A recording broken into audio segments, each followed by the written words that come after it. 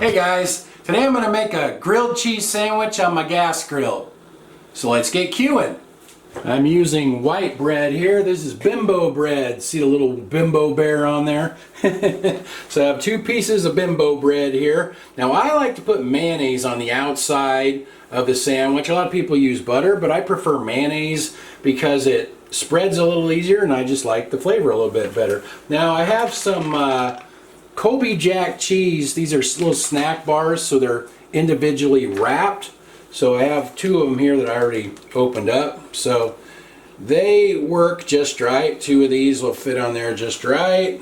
I use American cheese too much lately because it doesn't seem like it melts very good anymore. So I've been using other kinds of cheese instead. Then we just take this and put the top on there, and then I'll spread the mayonnaise on the outside of the bread. I already did the bottom piece, so the mayonnaise is down there on the plate, so hopefully too much of it won't come off when I take it off the plate, but just kind of spread it pretty evenly over the outside of the bread. That'll keep it nice and moist and help it brown up a little bit. And like I said, I kind of like the flavor of mayonnaise a little bit better than butter, but it's your choice.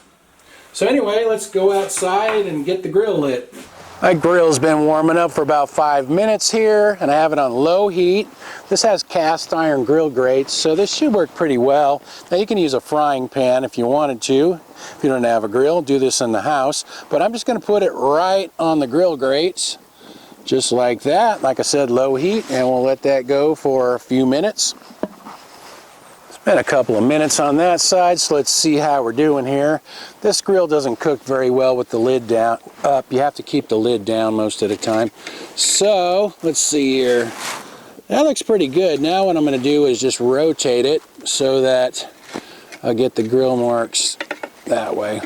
This edge of the grill is a little bit hotter, so rotate it like that. We'll go a minute or 2 that way, and then I'll turn the sandwich over. It's been a couple of minutes. Let's see how we're doing here. Oh, that looks nice. Now I'll just go ahead and turn it over on that side. Get the lid back down. Okay, it's been a couple of minutes there. Let's see how we're doing here. Oh yeah, that looks pretty good. And it looks like the cheese is melting pretty good. I'm going to rotate it one last time, just that way. So we'll have like little cross patterns on it. All right, it's been a couple minutes. Let's see if it's done. Oh, that looks good to me. And yeah, the cheese is nice and melted. Let's get it off of there.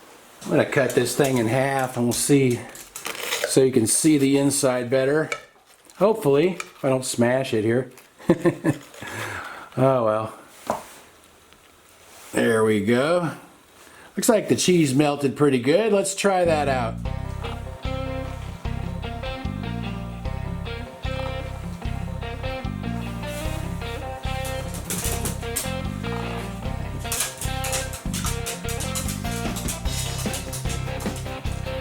Cheese melted good. Actually, that turned out pretty good on the grill. Annie's dancing over here. I kept hearing her nails tapping the floor when I was eating mine. She was begging down there.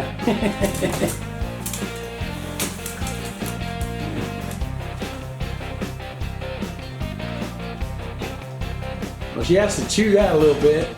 Gave her a pretty good chunk.